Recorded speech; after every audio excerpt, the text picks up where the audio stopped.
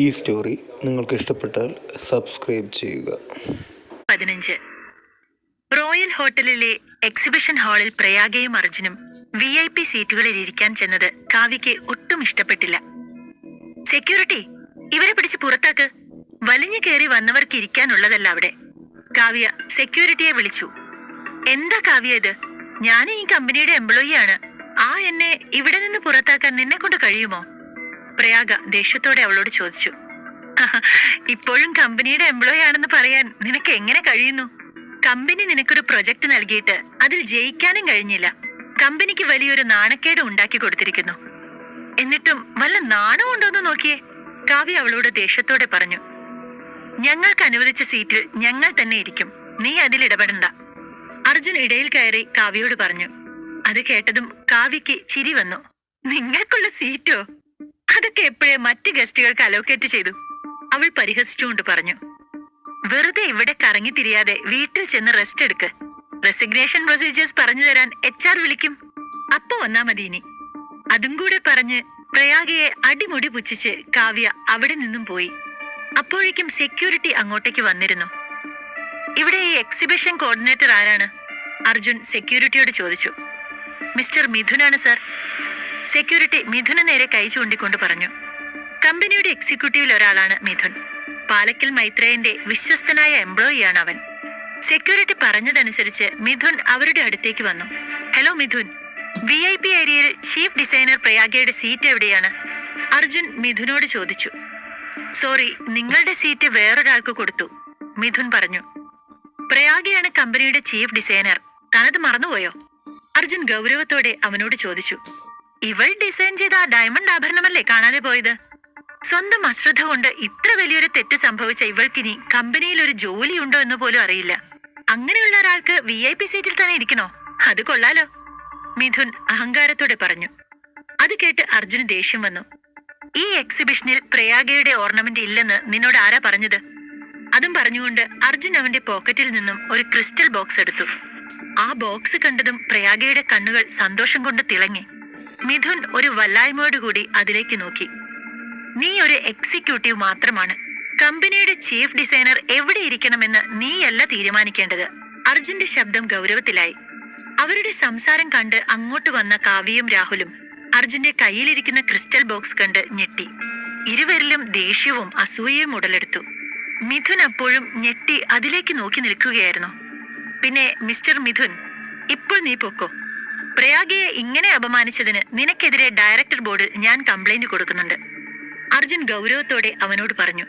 മിഥുന് അവന്റെ ഉള്ളിൽ നിന്നൊരു വിറയൽ അനുഭവപ്പെട്ടു. മുമ്പ് പാലക്കൽ മൈത്രേയന്റെ കയ്യിലായിരുന്നു കമ്പനി മുഴുവൻ. അന്ന് അവന്റെ ജോലിക്ക് യാതൊരുവിധ പ്രശ്നങ്ങളും ഉണ്ടായിരുന്നില്ല. എന്നാൽ ഇന്ന് മൈത്രേയന് കമ്പനിയിൽ യാതൊരു സ്ഥാനവുമില്ല. അതുകൊണ്ട് തന്നെ അവന്റെ ജോലി ഇപ്പോ ഒരു ചോദ്യചിഹ്നമായി മാറിയിരിക്കുന്നു. ഒരിക്കലും പ്രയാഗയോട് അങ്ങനെ സംസാരിക്കാൻ പാടില്ലായിരുന്നു എന്ന് അവന് തോന്നി. ഈശ്വര, ഈ നടന്ന സംഭവം എങ്ങാനും ആ ആനന്ദ് അറിഞ്ഞാൽ അതോടുകൂടി എന്റെ ജോലി തീർന്നു.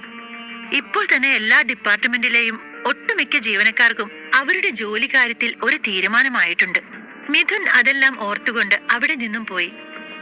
നിന്റെ കയ്യിലിരിക്കുന്ന ബോക്സിനകത്ത് അവളുടെ മാല ശരിക്കുമുണ്ടോ? അതോ നീ കള്ളം പറയുകയാണോ? അതിലത് ഉണ്ടെങ്കിൽ നിനക്കും ഇവൾക്കും VIP ലോഞ്ചിൽ സീറ്റ് തരാം. കാവ്യ അത് പറഞ്ഞപ്പോൾ അർജുൻ അവളെ നോക്കി ചിരിച്ചു. നീ ഈ കമ്പനിയിലെ ഒരു സാധാരണ ഡിസൈനറാണ്. നിന്റെ ചീഫ് ഡിസൈനറോട് ഇത്ര അഹങ്കാരത്തോടെ സംസാരിക്കാനേ മാത്രമായോ നീ? നിനക്ക് കുറച്ചുപോലും കോമൺ സെൻസ് ഇല്ലേ? അർജുൻ പുച്ഛത്തോടെ അവളോട് ചോദിച്ചു. ഹലോ, ആരോട് എങ്ങനെ സംസാരിക്കണമെന്ന ബോധം നിനക്കാണില്ലാത്തത്, അല്ലാതെ എനിക്കല്ല. അവൻ എന്നെ പേടിപ്പിക്കാൻ വന്നിരിക്കുന്നു. കാണിച്ചു തരാം ഞാൻ ആരാണെന്ന്. അർജുന്റെ വാക്കുകൾ കേട്ട് കാവ്യയുടെ മുഖം ദേഷ്യം കൊണ്ട് ചുവന്നു. മാഡം, ഇങ്ങനെ ചൂടാവല്ലേ. ഞാൻ മാഡത്തിനെ ഒന്നും പറഞ്ഞിട്ടില്ല. മാഡം ചീഫ് ഡിസൈനറെ പറഞ്ഞു. ചീഫ് ഡിസൈനറുടെ അസിസ്റ്റന്റ് എന്ന നിലയ്ക്ക് ഞാൻ മാഡത്തിനെയും പറഞ്ഞു. അതെന്റെ ഡ്യൂട്ടിയല്ലേ മാഡം? അർജുൻ അവളെ കളിയാക്കിക്കൊണ്ട് പറഞ്ഞു. അർജുൻ, മതി. നിന്റെ സംസാരത്തിലെ പരിഹാസം മനസ്സിലാകില്ല എന്ന് കരുതണ്ട. ഇതൊന്നും എല്ലാ കാലത്തും ഇങ്ങനെ ആയിരിക്കണമെന്നില്ല അർജുൻ. രാഹുൽ അർജുനെ ഭീഷണിപ്പെടുത്തി. അർജുൻ അവനെ പുച്ഛിച്ച് ചിരിച്ചു. കാര്യങ്ങൾ വഷളാകാൻ തുടങ്ങിയതും മിഥുൻ അർജുനെയും പ്രയാഗയെയും ക്ഷണിച്ച് അവർക്ക് VIP ഏരിയയിൽ സീറ്റ് കൊടുത്തു. കാവ്യയും രാഹുലും അത് കണ്ട് ദേഷ്യത്തോടെ നോക്കി നിന്നു. ഇവനെ ഇങ്ങനെ വെറുതെ വിട്ടാൽ ഭാവിയിൽ നമുക്ക് വളരെയധികം ദോഷം ചെയ്യും. നിന്നെ ഇൻസൾട്ട് ചെയ്തതിന് അവന് ഞാൻ നല്ലത് കൊടുക്കുന്നുണ്ട്. ഇപ്പോൾ നീ സമാധാനമായിരിക്കെ കാവ്യ. രാഹുൽ കാവ്യയെ സമാധാനിപ്പിക്കും പോലെ പറഞ്ഞു. പക്ഷെ അതൊന്നും കേട്ടിട്ടും അവളുടെ ദേഷ്യം അടങ്ങുന്നുണ്ടായിരുന്നില്ല. രാഹുൽ, ആ ഗൗതം എവിടെ?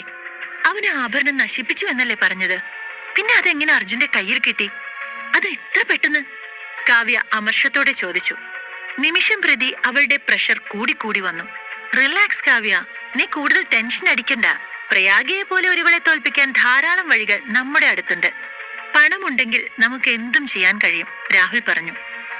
അവൾ, ആ പ്രയാഗ, അവൾ എന്നെ ജയിച്ചാൽ പിന്നെ ഞാനൊന്നും നോക്കി നിൽക്കില്ല. കാവ്യ ദേഷ്യം കൊണ്ട് പുകഞ്ഞു. കൂളായിരിക്കെ കാവ്യ, നീ ഡിസൈൻ ചെയ്ത ആഭരണത്തിന് മുൻപിൽ പ്രയാഗ ഉണ്ടാക്കിയ ഡയമണ്ട് കിങ് ഒന്നുമല്ല. അവൾ ഇവിടുന്ന് തോറ്റുകൊണ്ട് ഓടുന്നത് ഞാൻ കാണിച്ചു തരാം, രാഹുൽ ആത്മവിശ്വാസത്തോടെ പറഞ്ഞു. ഉടൻ തന്നെ പരിപാടി ആരംഭിച്ചു. കസേരകളെല്ലാം നിറഞ്ഞിരുന്നു. ന്യൂസ് റിപ്പോർട്ടർമാർ ഇതിനകം തന്നെ അവിടെ എത്തിയ VIP-കളുടെ ചിത്രങ്ങളും വീഡിയോകളും എടുക്കുകയും ഇന്റർവ്യൂ നടത്തുകയും ചെയ്യുന്നുണ്ടായിരുന്നു. അതേസമയം പ്രയാഗയും അർജുനും അവർക്കായി ഒരുക്കിയ സീറ്റിൽ ഇരിക്കുകയായിരുന്നു. നീ എന്തിനാ രാഹുലിനോട് അത്രയും ദേഷ്യപ്പെട്ടത്? അവൻ സാധാരണക്കാരനല്ല. മൂർത്തി എന്റർപ്രൈസിന്റെ ഏക അവകാശിയാണ് അവൻ. കൂടാതെ ശ്രാവണ ഗ്രൂപ്പിലും അവന് നല്ല ഹോൾഡുണ്ട്. അങ്ങനെയുള്ള അവനെ അപമാനിച്ചാൽ നിനക്ക് ഭാവിയിൽ അത് ദോഷം ചെയ്യും, പ്രയാഗ ഭീതിയോടെ അർജുനോട് പറഞ്ഞു. എനിക്കെന്ത് പ്രശ്നം വരാനാ? ഒന്നുമില്ല, നീ അത് വിട്, അർജുൻ ചിരിച്ചുകൊണ്ട് അവളെ സമാധാനിപ്പിച്ചു. പെട്ടെന്ന് അവളുടെ മുഖത്ത് ഒരു സംശയം നിറഞ്ഞു. അർജുൻ, ഞാനൊരു കാര്യം ചോദിക്കട്ടെ? നിന്റെ കയ്യിലുള്ള ആ ബോക്സിനകത്ത് ശരിക്കും എന്റെ ഓർണമെന്റ് ഉണ്ടോ? അതോ അവരെ ഫൂളാക്കാൻ വേണ്ടി വെറുതെ പറഞ്ഞതാണോ? പ്രയാഗ മടിച്ചുകൊണ്ട് ചോദിച്ചു. അന്നേരം അർജുൻ ചിരിച്ചുകൊണ്ട് ആ ബോക്സ് തുറന്നു. അതുകൊണ്ട് പ്രയാഗയുടെ മുഖത്ത് അമ്പരപ്പും സന്തോഷവും നിറഞ്ഞു. ഒപ്പം അവളുടെ കണ്ണുകളും നിറഞ്ഞു. അർജുൻ, നീ ഇതെങ്ങനെ കണ്ടുപിടിച്ചു? അവൾ സന്തോഷം അടക്കിക്കൊണ്ട് അവനോട് ചോദിച്ചു. ഭാഗ്യം നമ്മുടെ പക്ഷത്താണ് പ്രയാഗ, അതുകൊണ്ടാണ് എനിക്ക് കണ്ടുപിടിക്കാൻ കഴിഞ്ഞത്. എക്സിബിഷൻ കഴിഞ്ഞ ശേഷം എല്ലാം വിശദമായി പറയാം. ഇപ്പൊ സമാധാനത്തോടെ നീ ഈ എക്സിബിഷൻ കാണ്. അർജുൻ പറഞ്ഞതും പ്രയാഗ അവനെ സംശയത്തോടു കൂടി നോക്കി. പ്രയാഗ, നീ ഇപ്പൊ എന്താ ചിന്തിക്കുന്നത് എന്ന് എനിക്ക് മനസ്സിലാവും. തൽക്കാലം അതിനെക്കുറിച്ച് അധികം ചിന്തിക്കണ്ട. ഇപ്പോൾ അതൊന്നുമല്ല പ്രധാനം. എക്സിബിഷനിൽ നീ വിൻ ചെയ്യണം, അതാണ് നമ്മുടെ ലക്ഷ്യം. ഇപ്പോൾ ആ ചിന്ത മാത്രമേ നിന്റെ മനസ്സിലും ഉണ്ടാകാൻ പാടുള്ളൂ, അർജുൻ പറഞ്ഞു. അത് ശരിയാണ്, പ്രയാഗ നേരത്തെ ഒരു പുഞ്ചിരിയോടെ പറഞ്ഞു. അർജുൻ അവളുടെ അടുത്തു നിന്ന് എണീറ്റ് ഡയസിന്റെ പിറകിലേക്ക് പോയി. അവിടെ അവതാരക ജനനി ലാസ്റ്റ് മിനിറ്റ് പ്രാക്ടീസിലാണ്. അവൻ അവളുടെ കയ്യിൽ ഡയമണ്ട് കിങ് കൊടുത്തിട്ട് തിരിച്ചു വന്ന് പ്രയാഗയുടെ അടുത്തിരുന്നു. ഏകദേശം 5 മിനിറ്റിന് ശേഷം ജനനി ഡയസിൽ വന്നു. Ladies and gentlemen, we extend a warm welcome to the jewelry exhibition organized by Shravana Jewelry Group. This exhibition serves as a platform to showcase exceptional creativity, with each piece narrating a unique story that epitomizes the passion and commitment of our accomplished designers. എല്ലാവരും ആവേശത്തോടെ ജനനി പറയുന്നത് കേട്ടുകൊണ്ടിരുന്നു. Introduction കഴിഞ്ഞതും അവൾ exhibition ആരംഭിക്കാൻ തന്റെ അടുത്തിരുന്ന പെൺകുട്ടികളോട് ആംഗ്യം കാണിച്ചു. പരമ്പരാഗത വസ്ത്രങ്ങൾ ധരിച്ച സുന്ദരികളായ പെൺകുട്ടികൾ വേദിക്ക് പിന്നിൽ നിന്ന് വന്ന് അതിഥികൾക്ക് മുന്നിൽ നിന്നു. അവരുടെ കൈകളിലുള്ള ഗ്ലാസ് ബോക്സുകളിൽ മനോഹരവും അമൂല്യവുമായ ആഭരണങ്ങളുണ്ട്. അവർ ഓരോരുത്തരുമായി തങ്ങളുടെ കൈകളിലുള്ള ഓർണമെന്റ്സ് അവിടെ പ്രസന്റ് ചെയ്ത് അവിടെയുള്ള ഡിസ്പ്ലേയിൽ ഓരോന്നായി കൊണ്ടുവച്ചു. VIP സീറ്റുകളിൽ മുൻനിരയിൽ ഇരിക്കുന്ന ജ്വല്ലറി വിദഗ്ധരുടെ ഒക്കെ ശ്രദ്ധ ആഭരണങ്ങളിലേക്കായി. അവിടെയുള്ള എല്ലാ റിപ്പോർട്ടർമാരും അവരുടെ ക്യാമറകളിൽ ആ ആഭരണങ്ങൾ പകർത്തുന്നതിൽ തിരക്ക് കാണിച്ചു. ജനനി പുഞ്ചിരിച്ചുകൊണ്ട് പറഞ്ഞു, താങ്ക് യു ഓൾ. ഇനി വരാൻ പോകുന്ന 2 സൃഷ്ടികളും ഞങ്ങളുടെ കമ്പനിയുടെ എക്സ്ട്രാ ഓർഡിനറി ഡിസൈൻസ് ആണ്. അതിൽ ഒന്നിന്റെ പേര് എവർ ലാസ്റ്റിംഗ് ലൈറ്റ് എന്നാണ്, മറ്റൊന്ന് ദി ഡയമണ്ട് കിങ്. ജനനി അതിന്റെ സവിശേഷതകളെ കുറിച്ച് പറഞ്ഞുകൊണ്ടിരുന്നു. അതേസമയം കാവ്യ അവളുടെ സീറ്റിൽ നിന്ന് എഴുന്നേറ്റ് പ്രയാഗയുടെ അരികിൽ നിന്നു. ഓ, ഹലോ മാഡം. എക്സിബിഷനിൽ നിന്റെ ഡിസൈൻ ഡിസ്പ്ലേ ചെയ്തതുകൊണ്ട് നീ ജയിച്ചെന്ന് കരുതണ്ട. നീ ഉണ്ടാക്കിയത് വെറും ബേസിക് ഡിസൈൻ ആണ്. ആക്ച്വലി അത് എന്ത് ഡിസൈൻ ആണെന്ന് പോലും എനിക്കറിയില്ല. വെറുതെ എന്നോട് മത്സരിച്ച് തോറ്റ് നിന്റെ മാനം ഇപ്പൊ പോകുമല്ലോ. പ്രയാഗയോട് അങ്ങനെ അഹങ്കാരത്തോടെ സംസാരിച്ചിട്ട് കാവ്യ അവിടെ നിന്നും പോയി. കിട്ടാത്ത മുന്തിരി പുളിക്കുമെന്ന് പറയും പോലെ അസൂയ മൂത്തവൾ ഓരോന്നും പറയുകയാണെന്ന് പ്രയാഗ വിശ്വസിച്ചു. എങ്കിലും അവളുടെ മനസ്സിൽ ഒരു കരട് വീണു. ഇനി കാവ്യ പറഞ്ഞതുപോലെ അവളുടെ ഡിസൈനിനേക്കാളും എന്റെ ഡിസൈൻ വളരെ മോശമായിരിക്കുമോ? ആലോചനയോടെ അവൾ ചുണ്ടു കടിച്ചു. ഇല്ല, അവളുടേതിൽ നല്ലത് എന്റേതായിരിക്കും. ഞാൻ ഒരുപാട് കഷ്ടപ്പെട്ടാണ് അത് ചെയ്തത്, അവൾ സ്വയം സമാധാനിച്ചു. എല്ലാവരും സ്ക്രീനിലേക്ക് ഒന്ന് നോക്കൂ. ജനനി പുഞ്ചിരിയോടെ പറഞ്ഞു. കാവ്യയുടെയും പ്രയാഗയുടെയും ആഭരണങ്ങൾ സ്ക്രീനിൽ പ്രത്യക്ഷപ്പെട്ടു. ഓരോ ആഭരണത്തെക്കുറിച്ചും അത് ഉണ്ടാക്കിയ പ്രോസസ്സിനെ കുറിച്ചും ഉള്ള വിശദാംശങ്ങൾ സ്ക്രീനിൽ പ്രദർശിപ്പിക്കുകയും ചെയ്തു. 2 ആഭരണങ്ങളും തമ്മിലുള്ള വ്യത്യാസം എല്ലാ അതിഥികൾക്കും വ്യക്തമായി മനസ്സിലാക്കാൻ കഴിയും. എവർ ലാസ്റ്റിംഗ് ലൈറ്റ് ഒറ്റ നോട്ടത്തിൽ മികച്ചതായി തോന്നുമെങ്കിലും ഡയമണ്ട് കിങ്ങുമായി താരതമ്യപ്പെടുത്തുമ്പോൾ ഫിനിഷിംഗിലും രൂപത്തിലുമൊന്നും അതുമായി കിടപിടിക്കാൻ മാത്രം ഉണ്ടായിരുന്നില്ല. ആരുടെയും മനസ്സിൽ തങ്ങി നിൽക്കുന്ന കണ്ണഞ്ചിപ്പിക്കുന്ന ഒരു ഡിസൈൻ ആയിരുന്നു പ്രയാഗയുടെ the diamond king. Wow, it's a beautiful. This necklace is a brilliant fusion of artistry and luxury. It's a masterpiece of exceptional craftsmanship. ആരാണ് ഡയമണ്ട് കിങ്ങിന്റെ ഡിസൈനർ? ഇത് ചെയ്ത ഡിസൈനർ വലിയ പ്രതിഭയായിരിക്കണം. പ്രയാഗയെയും അവളുടെ ഡിസൈനിനെയും അവിടെ വന്ന എല്ലാവരും പലതരത്തിൽ പ്രശംസിച്ചുകൊണ്ടിരുന്നു. ഇത് കണ്ടുകൊണ്ട് നിന്ന പ്രയാഗ ഒരുപാട് സന്തോഷിച്ചു, ഒപ്പം അർജുനും. പക്ഷെ കാവ്യയ്ക്ക് തന്റെ തല കറങ്ങും പോലെ തോന്നി. അവൾ ഒട്ടും പ്രതീക്ഷിക്കാത്ത കാര്യങ്ങളായിരുന്നു അവളുടെ കൺമുന്നിൽ നടന്നുകൊണ്ടിരുന്നത്. എവർ ലാസ്റ്റിംഗ് ലൈറ്റിന് 10 ലക്ഷം വിലയുണ്ടെങ്കിലും ഇതൊരു സാധാരണ ഒരു ഡിസൈൻ പോലെയേ ഉള്ളൂ. Nothing special in it.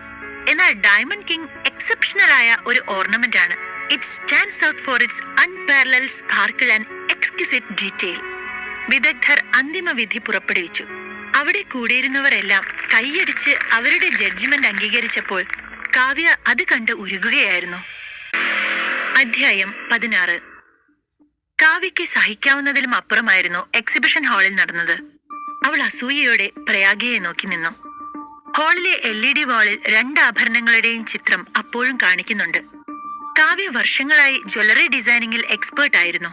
അതുകൊണ്ട് തന്നെ തോൽവി സമ്മതിക്കാൻ അവൾക്ക് കഴിഞ്ഞില്ല. അവളുടെ അതേ അവസ്ഥയിൽ നിൽക്കുകയായിരുന്നു രാഹുലും. പ്രയാഗയുടെയും അർജുന്റെയും മുന്നിൽ കാവ്യ തോൽക്കുന്നത് അവന് സഹിക്കാൻ പറ്റിയില്ല. പെട്ടെന്ന് അവൻ ഇരുന്നിടത്തു നിന്ന് എണീറ്റ് സ്റ്റേജിനടുത്തേക്ക് പോയി. ജനനയിൽ നിന്ന് മൈക്ക് വാങ്ങിയ അവൻ എല്ലാവരുടെയും ശ്രദ്ധ പിടിച്ചുപറ്റി. എന്താണ് സംഭവിക്കാൻ പോകുന്നത് എന്നറിയാൻ എല്ലാവരും ശ്രദ്ധയോടെ അവിടെ നോക്കി. Hello dear friends, ever lasting light design ചെയ്തത് എന്റെ വുഡ് ബി കാവ്യയാണ്. സോ നിങ്ങൾ ഒരിക്കൽ കൂടി അത് സൂക്ഷ്മമായി ഒന്ന് ഒബ്സർവ് ചെയ്തിട്ട് ഫൈനൽ ഡിസിഷൻ പറഞ്ഞാൽ മതി എന്നാണ് എനിക്ക് തോന്നുന്നത്. എന്താ എല്ലാവരുടെയും അഭിപ്രായം? രാഹുൽ അവരെ നോക്കി പറഞ്ഞു. അതിലൊരു മുന്നറിയിപ്പുള്ളതായി അവിടെ കൂടി നിന്നവർക്ക് തോന്നി. ഇപ്പോൾ രാഹുലിന് അനുകൂലമായി സംസാരിച്ചില്ലെങ്കിൽ ഭാവിയിൽ വലിയ പ്രതിസന്ധികൾ നേരിടേണ്ടി വരുമെന്ന് വന്നവർക്കെല്ലാം നന്നായി അറിയാം. അതുകൊണ്ട് തന്നെ അതുവരെ പ്രയാഗയുടെ ഡിസൈൻ മികച്ചതാണെന്ന് പറഞ്ഞവരെല്ലാം ഒറ്റ നിമിഷം കൊണ്ട് അത് മാറ്റി പറഞ്ഞു. രാഹുൽ പറഞ്ഞപ്പോഴാണ് ഞങ്ങൾ അത് ശ്രദ്ധിച്ചത്. ശരിയാണ്, ഞങ്ങളെല്ലാം വ്യക്തമായി പരിശോധിച്ചിരുന്നില്ല. Sorry for the trouble. ഒരു കാര്യം ചെയ്യാം, ഇതിൽ ഏതാണ് മികച്ചത് എന്ന് വോട്ടിങ്ങിലൂടെ തീരുമാനിക്കുന്നതാണ് നല്ലതെന്നാ തോന്നുന്നത്. ജഡ്ജിംഗ് പാനലിലുണ്ടായിരുന്ന ഒരാൾ പെട്ടെന്ന് മറുകണ്ഠം ചാടിക്കൊണ്ട് പറഞ്ഞു. അയാളുടെ അഭിപ്രായം മാറിയത് കണ്ടതും കൂടെ ഉണ്ടായിരുന്നവർക്ക് കാര്യം പിടികിട്ടി. പെട്ടെന്ന് തന്നെ കാവ്യ നിർമ്മിച്ച എവർ ലാസ്റ്റിംഗ് ലൈറ്റിനെ എല്ലാവരും പ്രശംസിക്കാൻ ആരംഭിച്ചു. ഒപ്പം എവർ ലാസ്റ്റിംഗ് ലൈറ്റിന് തന്നെ വോട്ട് ചെയ്യുമെന്നും എല്ലാവരും തുറന്നു പറഞ്ഞു. രാഹുലിന്റെ സമർത്ഥമായ ഇടപെടലിൽ അതുവരെ ഉണ്ടായിരുന്ന സ്ഥിതിഗതികൾ എല്ലാം മാറിമറിഞ്ഞു. കാരണം എന്തെന്നാൽ അവന്റെ പിടിപാടുകളും ബാക്ക്ഗ്രൗണ്ടും കാരണം അവനെ എതിർക്കാൻ അവിടെ ആർക്കും ധൈര്യമുണ്ടായിരുന്നില്ല. എല്ലാവരും അവർക്ക് അനുകൂലമായി വോട്ട് ചെയ്തു. ആ തീരുമാനത്തോട് ഹോസ്റ്റായ ജനനിക്ക് പോലും ദേഷ്യം തോന്നി. എന്നാൽ തന്റെ ജോലിയോട് നീതി പുലർത്താൻ വേണ്ടി ഒരു പുഞ്ചിരി മുഖത്ത് വരുത്തിച്ച് അവൾ വിജയിയെ പ്രഖ്യാപിക്കാൻ തുടങ്ങി. 300 വോട്ടുകളിൽ 230 വോട്ട് നേടി എവർ ലാസ്റ്റിംഗ് ലൈറ്റ് ആണ് ഈ എക്സിബിഷനിൽ വിജയിച്ചത്. ജനനി കൈയടിച്ചുകൊണ്ട് പറഞ്ഞു. ഇത് ചതിയാണ് അർജുൻ. ജയിക്കാൻ വേണ്ടി ഇത്രയും ചീപ്പാക്കാൻ കഴിയുമോ ഒരാൾക്ക്? അവൾ ഇങ്ങനെ ചെയ്യുമെന്ന് ഞാൻ കരുതിയിരുന്നില്ല, പ്രയാഗ സങ്കടത്തോടെ പറഞ്ഞു. നീ അപ്സെറ്റ് ആവല്ലേ? ആൾക്കാരെ ഭീഷണിപ്പെടുത്തി സ്വന്തം സൈഡിലാക്കുന്നത് അവൾക്കൊരു പുതിയ കാര്യമല്ല. ഇതിന്റെ ലാസ്റ്റ് സ്റ്റേജ് ആയിട്ടില്ലല്ലോ, ഇനിയും ഉണ്ടല്ലോ ഒരു ഘട്ടം കൂടി. ഈ ഓർണമെന്റ്സ് എല്ലാം ഇനി ലേലത്തിന് വെക്കും. അവിടെ നമുക്കൊരു അവസരം കൂടിയുണ്ട്. ഇപ്പോൾ അവരെല്ലാം രാഹുലിനെ ഭയന്നിട്ടാണ് വോട്ടെടുപ്പ് നടത്തിയത്. എന്നാൽ പണത്തിന്റെ കാര്യത്തിൽ അങ്ങനെയല്ല. ആരും പണം മുടക്കി ഇഷ്ടമില്ലാത്ത ആഭരണങ്ങൾ വാങ്ങില്ല, അർജുൻ പറഞ്ഞു. എന്റെ പ്രതീക്ഷയൊക്കെ പോയി അർജുൻ. നമുക്ക് നോക്കാം, പ്രയാഗ നിരാശയോടെ പറഞ്ഞു. രണ്ടുപേരും സംസാരിച്ചു കൊണ്ടിരിക്കുമ്പോൾ കാവ്യ അഹങ്കാരത്തോടെ അവരെ നോക്കി. എന്നിട്ട് സ്റ്റൈലിൽ പ്രയാഗയുടെ അടുത്തേക്ക് നടന്നു വന്ന് അവൾ പറഞ്ഞു. നീ ഉണ്ടാക്കിയ ആഭരണം അത്ര നല്ലതല്ലെന്ന് ഞാൻ നേരത്തെ പറഞ്ഞിരുന്നില്ലേ? എന്നിട്ടും ഞാൻ പറഞ്ഞത് കേൾക്കാതെ നീ എന്നോട് മത്സരിച്ചു. എന്നിട്ടിപ്പോ എന്തായി? കാവ്യ അവളെ പരിഹസിച്ചുകൊണ്ട് പറഞ്ഞു. നീ നിന്റെ പണി നോക്കി പോകാൻ നോക്ക്. ഫൈനൽ റിസൾട്ട് വരട്ടെ, എന്നിട്ടാവാം ബാക്കി സംസാരമൊക്കെ. ഇപ്പോൾ വോട്ടെടുപ്പ് മാത്രമേ നടന്നിട്ടുള്ളൂ.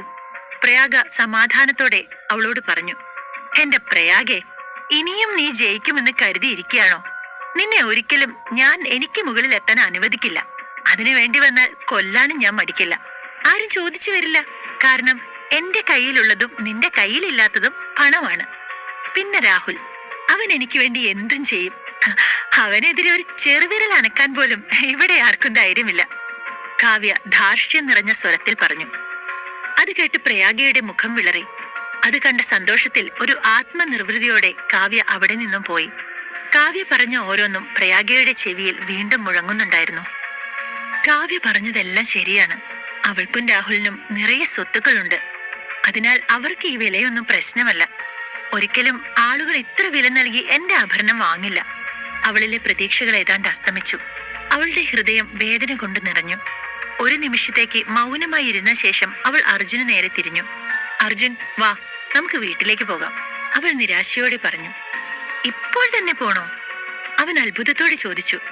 എന്തായാലും നമ്മൾ ഇനി ജയിക്കില്ല. ഇനി ഇവിടെ ലേലം നടക്കും. അതിലും കൂടി നമ്മൾ തോൽക്കുന്നത് കാണാൻ എനിക്ക് വയ്യ. വാ, നമുക്ക് പോകാം, അവൾ പറഞ്ഞു. ഇനിയും അവിടെ നിൽക്കാൻ അവൾക്ക് താല്പര്യമില്ലായിരുന്നു. അവൾ അത്രയും ഹാർഡ് വർക്ക് ചെയ്ത് ഊണും ഉറക്കവും ഒഴിഞ്ഞുണ്ടാക്കിയ ആ ഡിസൈനിനെ മറ്റുള്ളവർ കുറ്റം പറയുന്നതോ വില കുറച്ച് കാണുന്നതോ അവൾക്ക് സഹിക്കാൻ കഴിയുന്ന കാര്യമായിരുന്നില്ല. നീ പറഞ്ഞത് ശരിയാണെന്ന് നിനക്ക് തോന്നുന്നുണ്ടോ? ഇതൊരു മത്സരമാണ്. അതിൽ തോൽക്കുന്നതും ജയിക്കുന്നതുമല്ല പ്രശ്നം. എന്ത് വന്നാലും ഫേസ് ചെയ്യണം. അതിനുള്ള ധൈര്യം വേണം. അതാണ് ഒരാളുടെ യഥാർത്ഥ ജയം. അർജുൻ ഗൗരവത്തോടെ അവളെ പറഞ്ഞു മനസ്സിലാക്കി. അവളുടെ മുഖത്ത് ഒരു ചെറു പുഞ്ചിരി വിടർന്നു. അർജുൻ എങ്ങനെയാണ് ഇത്രയധികം ആത്മവിശ്വാസത്തോടെയും ശാന്തതയോടെയും നിൽക്കാൻ കഴിയുന്നതെന്ന് അവൾക്ക് മനസ്സിലായില്ല. അർജുന്റെ പ്രോത്സാഹനം അവളിൽ വീണ്ടും ഒരു ചെറിയ പ്രതീക്ഷ സൃഷ്ടിച്ചു. ആ പ്രദർശനം അവസാന ഘട്ടത്തിലെത്തി.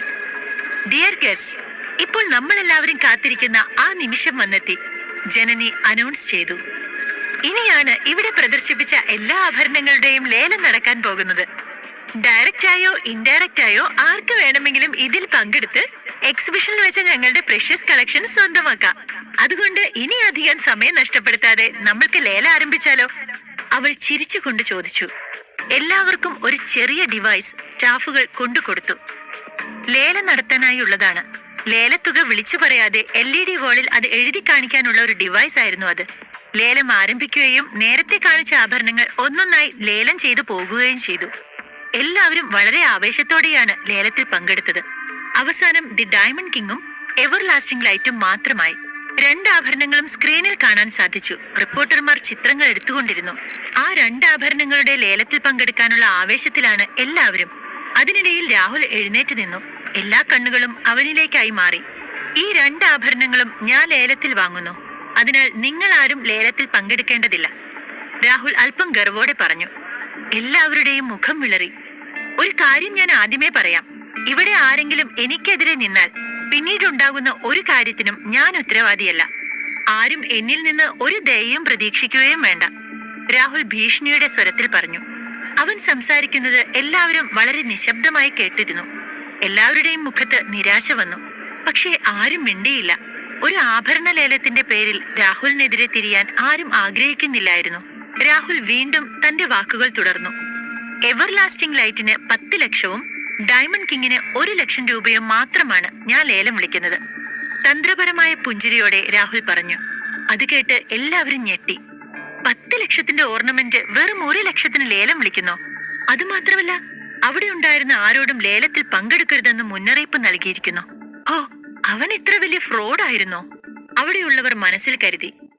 എല്ലാ നിയമങ്ങളും ചട്ടങ്ങളും പാലിച്ചാണ് ഞാൻ ലേലം വിളിച്ചതെന്ന് കരുതുന്നു. എന്താ, ശരിയല്ലേ മിസ് ജനനി? രാഹുൽ പറഞ്ഞു. ജനനി ഒരു ചെറു പുഞ്ചിരിയോടെ അവനെ നോക്കി. അവൾ എന്തു പറയാനാണ്? ഇതൊക്കെ അവന്റെ ചതിയാണ് എന്ന് അവളടക്കം എല്ലാവർക്കും മനസ്സിലായിരുന്നു. ഡയമണ്ട് കിങ്ങിന് വേണ്ടി ഞാൻ വെറും 1 ലക്ഷം മാത്രം പറയുന്നത് എന്തുകൊണ്ടെന്ന് നിങ്ങൾക്ക് മനസ്സിലായി കാണുമല്ലോ. കാരണം ഇത്തരം ഒരു വൃത്തികെട്ട ഡിസൈനിന് 1 ലക്ഷം രൂപ തന്നെ അധികമാണ്. കാരണം അതുണ്ടാക്കിയവൾ ഒരു സാധാരണക്കാരിയാണ്. അവളുടെ ഡിസൈനും അവളെ പോലെ തീരെ നിലവാരമില്ലാത്ത ഒന്നാണ്. പ്രയാഗിയെ പരിഹസിച്ചുകൊണ്ട് അവൻ പറഞ്ഞു. രാഹുൽ, നീ ചെയ്യുന്നത് വളരെ വലിയ തെറ്റാണ്. എന്റെ ആഭരണത്തിന് ഇത്രയും ചെറിയ വില പറയാൻ നിനക്ക് എന്ത് അവകാശമാണുള്ളത്? അവൾ ദേഷ്യത്തോടെ ചോദിച്ചു. അവളുടെ മുഖത്ത് ദേഷ്യം നിറഞ്ഞു വന്നു. എന്റെ അവകാശം. അത് പണം മാത്രമാണ് പ്രയാഗ. നിന്നേക്കാൾ ഇരട്ടി പണം എന്റെ കയ്യിലുണ്ട്. അതുകൊണ്ട് ഈ ലേലത്തിൽ പങ്കെടുക്കാനും അതിന്റെ വില നിശ്ചയിക്കാനും എനിക്ക് അധികാരമുണ്ട്, രാഹുൽ പറഞ്ഞു. പ്രയാഗ ദേഷ്യം കൊണ്ട് പല്ലിറുമിക്കൊണ്ട് രാഹുലിനെ നോക്കി. പക്ഷെ നിനക്കറിയോ, ആ ആഭരണത്തോടുള്ള ഇഷ്ടം കൊണ്ടല്ല ഞാൻ അത് ലേലത്തിൽ വാങ്ങുന്നത്. 10 ലക്ഷം രൂപ മുടക്കി നീ ചെയ്ത ആ ആഭരണത്തിന് 1 ലക്ഷം മുടക്കി ഞാൻ വാങ്ങുന്നത് നിന്റെ കൺമുന്നിൽ വെച്ച് അത് ഞാൻ നശിപ്പിക്കാൻ വേണ്ടിയാണ്. നിന്റെ ഇത്രയും നാളത്തെ കഷ്ടപ്പാട് ഒരു നിമിഷം കൊണ്ട് ഞാൻ അവസാനിപ്പിക്കും, അവൻ അഹങ്കാരത്തോടെ പറഞ്ഞു.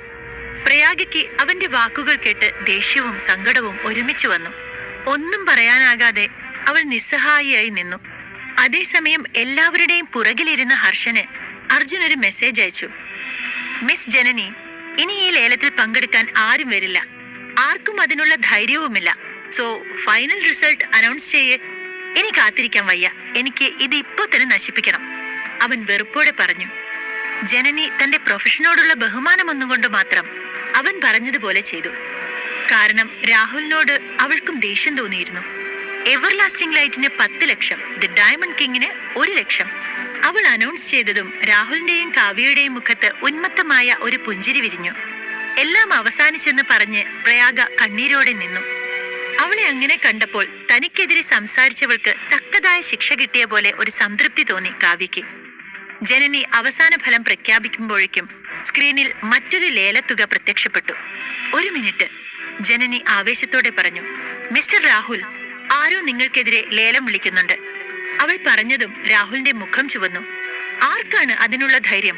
അവൻ ദേഷ്യത്തോടെ സീറ്റിൽ നിന്ന് എഴുന്നേറ്റു. ആ ഹാളിലുള്ള എല്ലാവരെയും അവൻ നോക്കി.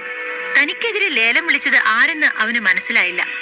കൺസ്യൂമർ നമ്പർ 9527 ദി ഡയമണ്ട് കിങ്ങിന് 20 ലക്ഷവും എവർലാസ്റ്റിംഗ് ലൈറ്റിന് 15 ലക്ഷവും ലേലം വിളിച്ചു, ജനനി സന്തോഷത്തോടെ പറഞ്ഞു. അതേസമയം രാഹുലിന്റെ മുഖം വാടി. ആരാണ് എനിക്കെതിരെ ലേലം വിളിക്കുന്നത്? അവൻ ആരായാലും എന്റെ മുന്നിൽ വരാൻ നിൽക്കണ്ട. നിന്റെ കഥ അതോടെ കഴിയും, രാഹുൽ മുന്നറിയിപ്പ് നൽകി. 20 ലക്ഷം എന്നാൽ അതിന്റെ ഇരട്ടി തുകയാണ്. ഇത്രയും പണം ചിലവാക്കാൻ ആർക്കാണ് ധൈര്യം? രാഹുൽ ദേഷ്യത്തിൽ സ്വന്തം മുടി വലിച്ചുകൊണ്ട് പറഞ്ഞു. ഞാൻ ഇത്രയും ഭീഷണിപ്പെടുത്തിയിട്ടും ആരാണ് ഈ ലേലത്തിൽ പങ്കെടുത്തത്? ഇവിടെ എന്നെയും എന്റെ കുടുംബത്തെയും എതിർക്കാൻ ആർക്കാണ് കഴിയുക? രാഹുൽ ചിന്തിച്ചു. എവർലാസ്റ്റിംഗ് ലൈറ്റ് 30 ലക്ഷം, ഡയമണ്ട് കിങ് 16 ലക്ഷം, ദേഷ്യത്തോടെ രാഹുൽ പറഞ്ഞു. ഡയമണ്ട് കിങ്ങിനെ എല്ലാവരുടെയും മുന്നിൽ തോൽപ്പിക്കുക എന്നത് തന്റെ കടമയാണ് എന്ന മട്ടിലാണ് രാഹുൽ നിന്നിരുന്നത്. എന്നാൽ രാഹുലിന് ഒരു ദിവസം ചിലവാക്കാനാവുന്ന മാക്സിമം ലിമിറ്റ് 60 ലക്ഷം മാത്രമായിരുന്നു. അതായിരുന്നു അവന്റെ കമ്പനിയുടെ പോളിസി. ജനനിക്കൊപ്പം അവിടെയുള്ള എല്ലാവരും ആ സീക്രട്ട് യൂസർ അടുത്തതായി എത്ര രൂപ ലേലം വിളിക്കും എന്ന് കേൾക്കാൻ വേണ്ടി കാത്തിരിക്കുകയാണ്. കൃത്യം അതേസമയം ആ വ്യക്തി വിളിച്ച തുക സ്ക്രീനിൽ പ്രത്യക്ഷപ്പെട്ടു. അവിടെ ഉണ്ടായിരുന്നവരെല്ലാം അത് കണ്ട് ഞെട്ടി. സീക്രട്ട് യൂസർ ദി ഡയമണ്ട് കിങ്ങിന് 1 കോടി രൂപയും എവർലാസ്റ്റിംഗ് ലൈറ്റിന് 15 ലക്ഷം രൂപയും ലേലം വിളിച്ചിരിക്കുന്നു. ആകെ മൊത്തം 115 ലക്ഷം രൂപയ്ക്ക് അദ്ദേഹം ലേലം വിളിച്ചിരിക്കുന്നു, അവൾ സന്തോഷത്തോടെ അറിയിച്ചു. ആ ഹാളിലുള്ള എല്ലാവരും കരഘോഷം മുഴക്കി. ആ സീക്രട്ട് യൂസർ എത്ര വലിയ പണക്കാരനായിരിക്കും എന്ന് അവർ അത്ഭുതപ്പെട്ടു. രാഹുലിന് ലേലം നഷ്ടമായി. അവന്റെ മുഖത്ത് ആരോ അടിച്ചതുപോലെ അവന് തോന്നി. 17 വിജയം തന്റെ കൈക്കുള്ളിലായെന്ന് കരുതിയിരുന്ന് അവസാനം അത് കൈവിട്ടു പോയപ്പോൾ രാഹുലിന് ഒട്ടും താങ്ങാനായില്ല. അവന്റെ മുഖം വിളറി വെളുത്ത് കണ്ണുകൾ ദേഷ്യം കൊണ്ട് ചുവന്നു. ഈ നാട്ടിൽ തന്നേക്കാൾ വലിയവനായി ആരുമില്ലെന്ന അവന്റെ അഹങ്കാരം ആ നിമിഷം നിലംപൊത്തി. ആരെയും തലയുയർത്തി നോക്കാൻ പോലും കഴിയാതെ അവൻ അവിടെ നിന്നു. സോറി കാവ്യ, നമുക്കിനിയും ലേലം നീട്ടി വിളിക്കാൻ കഴിയില്ല, അവൻ വിഷമത്തോടെ കാവ്യയുടെ അടുത്തേക്ക് ചെന്ന് പറഞ്ഞു. അവന്റെ വാക്കുകൾ കേൾക്കെ കാവ്യയ്ക്ക് ദേഷ്യമാണ് വന്നത്. പ്രയാഗയുടെ മുന്നിൽ പരാജയപ്പെടുന്ന കാര്യം അവൾക്ക് ചിന്തിക്കാനാവുന്നതിലും അപ്പുറമായിരുന്നു. ഇതിനെല്ലാം കാരണക്കാരനായ ആ സീക്രട്ട് യൂസർ ആരാണെന്ന് അറിയാൻ അവൾ വെമ്പൽ കൊണ്ടു. ആരായാലും അവനൊരു ഫൂളാണ്. അല്ലെങ്കിൽ ഇത്രയും പണം നൽകി ഡയമണ്ട് കിങ്ങിനെ അയാൾ വാങ്ങുമോ? രാഹുലും കാവ്യയും ആശ്ചര്യം കലർന്ന ഭാവത്തിൽ പരസ്പരം ചോദിച്ചു. രാഹുൽ ലേലം വിളിക്കുന്നില്ലെന്ന് കണ്ടതും രാഹുലിന്റെ തോൽവി എല്ലാവരും ഉറപ്പിച്ചു. അവന്റെ കയ്യിലെ കാശെല്ലാം തീർന്നെന്ന് തോന്നുന്നു. ഇത്രയും വലിയ കുടുംബത്തിൽ നിന്ന് വന്നിട്ടും അവൻ ഇനിയും ലേലം നീട്ടിക്കൊണ്ടുപോകാൻ സാധിക്കില്ലത്രേ. എല്ലാവരും രാഹുലിനെ ഓരോ രീതിയിൽ കളിയാക്കാൻ തുടങ്ങി. ഓരോരുത്തരും തന്നെ ഓരോന്ന് പറഞ്ഞ് കളിയാക്കുന്നത് കണ്ടതും രാഹുലിന് ദേഷ്യം വന്നു. കുറച്ചു സമയം കഴിഞ്ഞപ്പോഴേക്കും ആ ഹാൾ നിശബ്ദമായി. സോ ആരും ലേലം നീട്ടി വിളിക്കാത്തതിനാൽ സീക്രട്ട് യൂസർ 9527 2 ആഭരണങ്ങളും നൽകുന്നു. ജനനി സന്തോഷത്തോടെ മൈക്കിലൂടെ അനൗൺസ് ചെയ്തു. അതേസമയം തന്നെ ആ യൂസർ ഐഡിയിൽ നിന്നും ഒരു മെസ്സേജ് വന്നു. പണം കൊണ്ട് വിലയിരുത്താൻ കഴിയാത്ത ഒരു മനോഹരമായ ആഭരണമാണ് ദി ഡയമണ്ട് കിങ്. അതും കഴിഞ്ഞ 10 വർഷത്തിനുള്ളിൽ ഇത്രയും മനോഹരമായ ഒരു ഡിസൈൻ ഉണ്ടായിട്ടില്ല. എന്നാൽ എവർ ലാസ്റ്റിംഗ് ലൈറ്റ് അതിന് കണ്ണു തട്ടാതിരിക്കാൻ ഉണ്ടാക്കിയതുപോലെയുണ്ട്. അതുകൊണ്ട് ഞാൻ വാങ്ങിയ ആ എവർ ലാസ്റ്റിംഗ് ലൈറ്റ് ഈ സ്റ്റേജിൽ വെച്ച് തന്നെ നശിപ്പിക്കണമെന്ന് ഞാൻ ആഗ്രഹിക്കുന്നു. മെസ്സേജ് വായിച്ച ജനനി ഉൾപ്പെടെ എല്ലാവരും ഞെട്ടിപ്പോയി. ഒരു നിമിഷം ആ ഹാൾ ആകെ നിശബ്ദമായി. ഒന്ന് ചിന്തിച്ചു നിന്ന ജനനി ആ ആഭരണം കയ്യിലെടുക്കുകയും പേപ്പർ വെയിറ്റായി ടേബിളിലുണ്ടായിരുന്ന ക്രിസ്റ്റൽ ബോൾ ഉപയോഗിച്ച് അത് തകർക്കുകയും ചെയ്തു.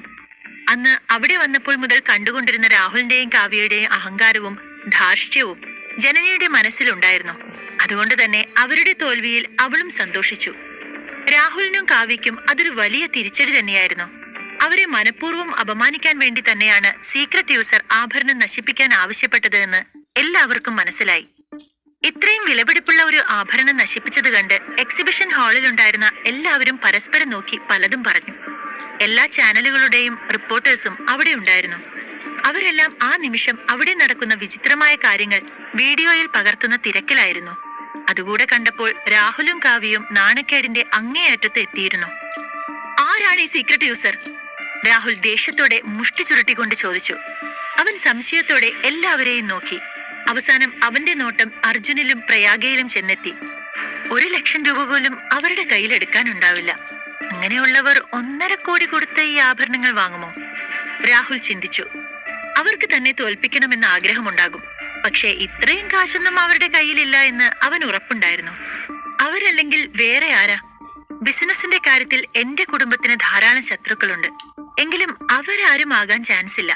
പിന്നെ ആരായിരിക്കും എന്നറിയാൻ അവൻ എല്ലാവരെയും സൂക്ഷ്മമായി തന്നെ നിരീക്ഷിച്ചുകൊണ്ടിരുന്നു. രാഹുൽ, നമുക്ക് ഇവിടെ നിന്ന് പോകാം. അവളുടെ മുന്നിൽ ഇങ്ങനെ തല കുനിച്ചു നിൽക്കാൻ എനിക്ക് വയ്യ. ആ സീക്രട്ട് യൂസർ ആരാണെന്ന് പിന്നീട് നമുക്ക് കണ്ടുപിടിക്കാം. കാവ്യ ചെന്ന് അവനോട് പറഞ്ഞു. അവളുടെ മുഖം വല്ലാതെ മാറിയിരുന്നു. അവൾ പറഞ്ഞിട്ടും അനങ്ങാതെ നിൽക്കുന്ന രാഹുലിനെ അവൾ ബലം പ്രയോഗിച്ച് ഹാളിന് വെളിയിലേക്ക് കൊണ്ടുപോയി.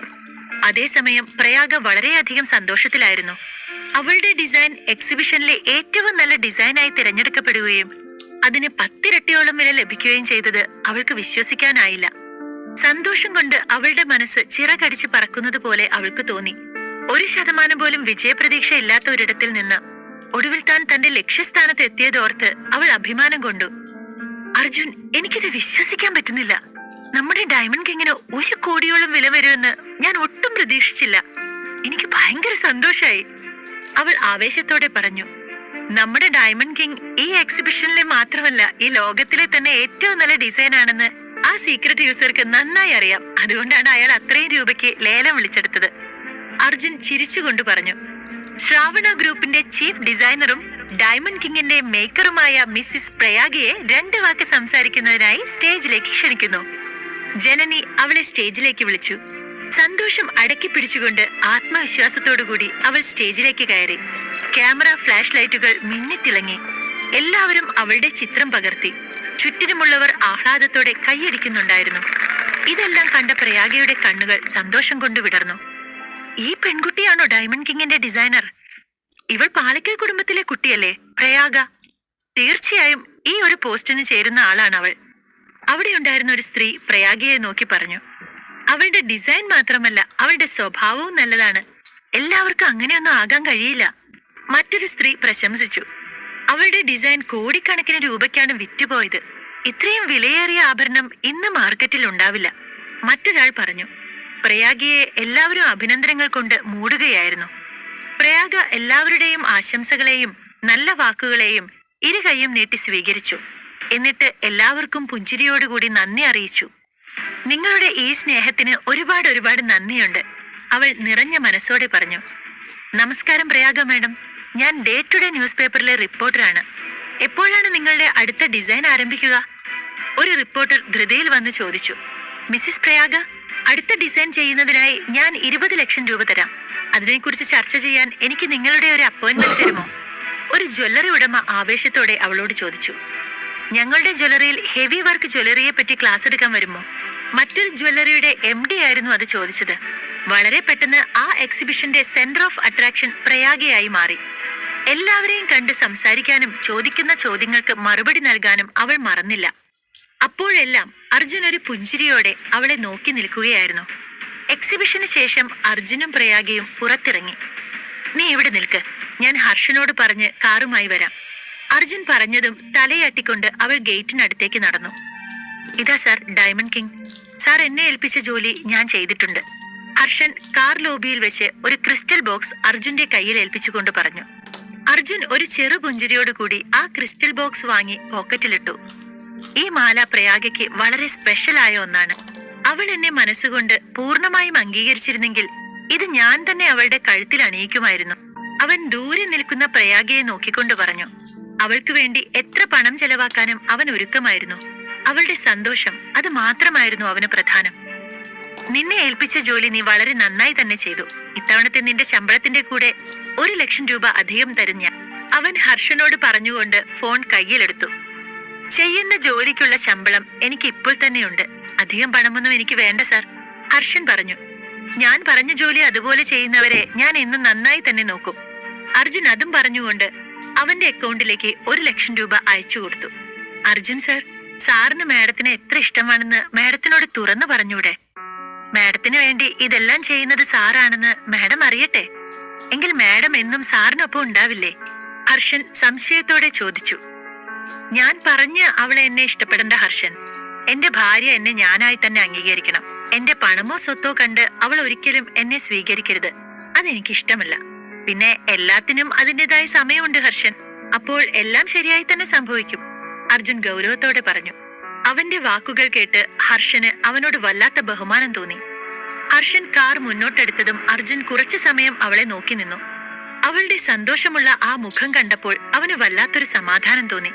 അല്പസമയം കഴിഞ്ഞ് പ്രയാഗ അവർക്ക് അടുത്തേക്ക് നടന്നു വരുന്നത് കണ്ടതും അവൻ അവൾക്കായി കാറിന്റെ ഡോർ തുറന്നു കൊടുത്തു.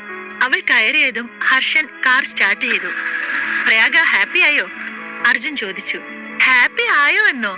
പറഞ്ഞറിയിക്കാൻ കഴിയാത്തത്ര ഹാപ്പിയാണ് ഞാൻ ഇന്ന് അർജുൻ. ഇതൊക്കെ സ്വപ്നമാണോ എന്ന് പോലും എനിക്ക് തോന്നിപ്പോകുന്നു, അവൾ തിളങ്ങുന്ന കണ്ണുകളോട് കൂടി പറഞ്ഞു. അർജുൻ അവളെ പുഞ്ചിരിയോടെ നോക്കി.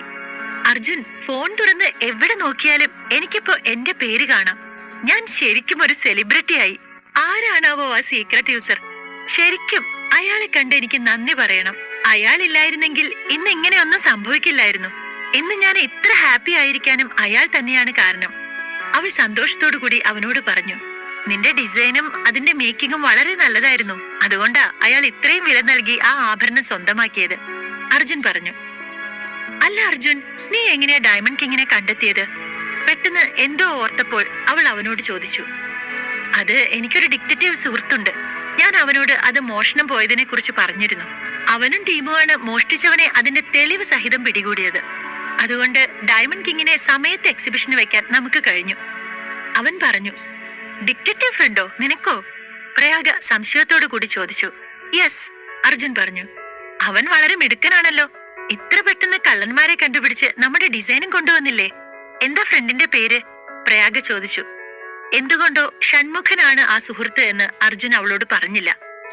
ഒറ്റ ദിവസം കൊണ്ട് അയാൾ കള്ളന്മാരെ പിടികൂടണമെങ്കിൽ അയാൾക്ക് ധാരാളം പണം ചെലവായി കാണില്ലേ? എത്ര രൂപയാ കൊടുത്തേ? അവൾ അവനെ വിടുന്ന ലക്ഷണമില്ലായിരുന്നു. ഓ, അത്രയ്ക്കൊന്നുമില്ല.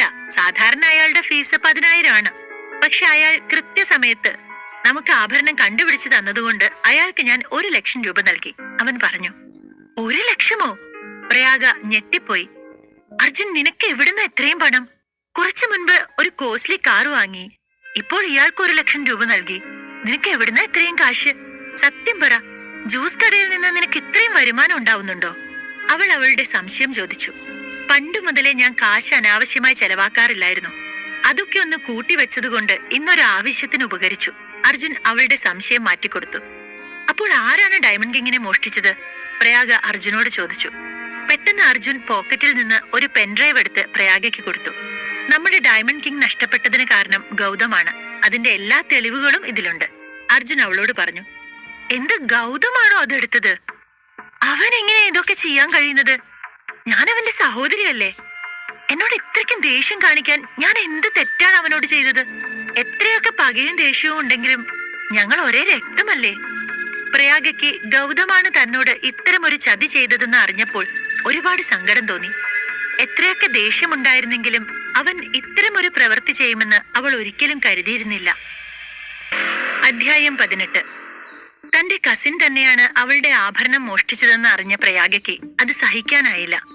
അവളുടെ മുഖം വാടിയത് കണ്ടതും അർജുൻ അവളെ സമാധാനിപ്പിക്കാൻ ശ്രമിച്ചു. സാരമില്ല പ്രയാഗ, അത് ചെയ്തത് ഗൗതമാണെന്ന് നമുക്ക് വ്യക്തമായി. ഇനി ഇതിനെക്കുറിച്ച് അധികം ചിന്തിക്കേണ്ട. തൽക്കാലം ഡയമണ്ട് കിങ്ങിന്റെ വിജയം നമുക്ക് ആഘോഷിക്കാം. ഞാൻ എന്തായാലും അവനെ വെറുതെ വിടാൻ ഉദ്ദേശിച്ചിട്ടില്ല. അവൻ ചെയ്ത ഈ വൃത്തികേടിന്റെ വീഡിയോ റെക്കോർഡിംഗ് നിങ്ങളുടെ തറവാട്ടിലേക്ക് ഞാൻ അയച്ചിട്ടുണ്ട്, അർജുൻ പറഞ്ഞു. അർജുൻ, നീ എന്താ പറഞ്ഞേ? നീ വീഡിയോ തറവാട്ടിലേക്ക് അയച്ചു എന്നോ? അവൻ വീണ്ടും നിന്നോട് പ്രശ്നം ഉണ്ടാക്കാൻ വന്നാലോ? കഴിഞ്ഞ 1-2 വർഷമായി അവൻ നമ്മളെ ഒരുപാട് ബുദ്ധിമുട്ടിക്കുന്നുണ്ട്. നിന്നെയും അച്ഛനെയും അവൻ ഒരുപാട് അപമാനിക്കുകയും വേദനിപ്പിക്കുകയും ചെയ്തിട്ടുണ്ട്. ഇനി ഇതിന്റെ പേരിൽ വീണ്ടും അവൻ എന്തെങ്കിലും ചെയ്താലോ? അവൾ ആശങ്കയോടെ ചോദിച്ചു. അവളുടെ ടെൻഷൻ കണ്ട് അർജുൻ ചിരിച്ചു. എന്താ നടക്കാൻ പോകുന്നതെന്ന് നമുക്ക് നോക്കാം. എന്റെ ഊഹം ശരിയാണെങ്കിൽ ഗൗതമും അവന്റെ വീട്ടുകാരും നിന്നോടും അച്ഛനോടും അമ്മയോടും നിന്റെ വീട്ടിൽ വന്ന് മാപ്പ് പറയും, ഉറപ്പാ. അർജുൻ ഒരു ചിരിയോടെ അത് പറഞ്ഞതും പ്രയാഗ ഒന്ന് അമ്പരന്നു. ഒരിക്കലുമില്ല. ഗൗതമനെ ഇനിയും നിനക്ക് മനസ്സിലായിട്ടില്ലേ? പ്രയാഗ പുരികം ചുളിച്ചുകൊണ്ട് ചോദിച്ചു. നമുക്ക് നോക്കാന്നേ, അർജുൻ കളിയോടെ പറഞ്ഞു. കൃത്യം അതേസമയം മൗണ്ടൻ ഹിൽസിലെ ഒരു ആഡംബര വില്ലയിൽ. അച്ഛാ, പ്ലീസ് എന്നെ ഇനി അടിക്കരുത്. ഇനി ഇങ്ങനെ അടിച്ചാൽ ഞാൻ വീട് വിട്ടുപോകും, അല്ലെങ്കിൽ മരിക്കും. ഗൗതമിന്റെ ശബ്ദം അലർച്ചയോടെ എല്ലാവരും കേട്ടു. അവന് ശരിക്കും ഇതൊക്കെ എങ്ങനെ സംഭവിച്ചു എന്ന് മനസ്സിലായില്ല. ആ തെളിവ് എങ്ങനെ പ്രയാഗയുടെ കയ്യിലെത്തിയെന്ന് ആശ്ചര്യപ്പെട്ട് അവൻ അതിനെപ്പറ്റി അന്വേഷിക്കാൻ വേണ്ടി വീട്ടിൽ നിന്ന് ഇറങ്ങിയതും നടുറോട്ടിൽ നടരാജനും കൂട്ടാളികളും അവന്റെ കാർ തടഞ്ഞു നിർത്തി അവനെ ക്രൂരമായി മർദ്ദിച്ചു. അവരുടെ അടിയിൽ ഗൗതമിന്റെ മുഖം ചുവന്നു വീർത്തിരുന്നു. അവശനായി അവൻ വീട്ടിലേക്ക് വന്നപ്പോൾ ഒരു വാക്കുപോലും പറയാതെ അവന്റെ അച്ഛനും അവനെ അടിക്കാൻ തുടങ്ങി.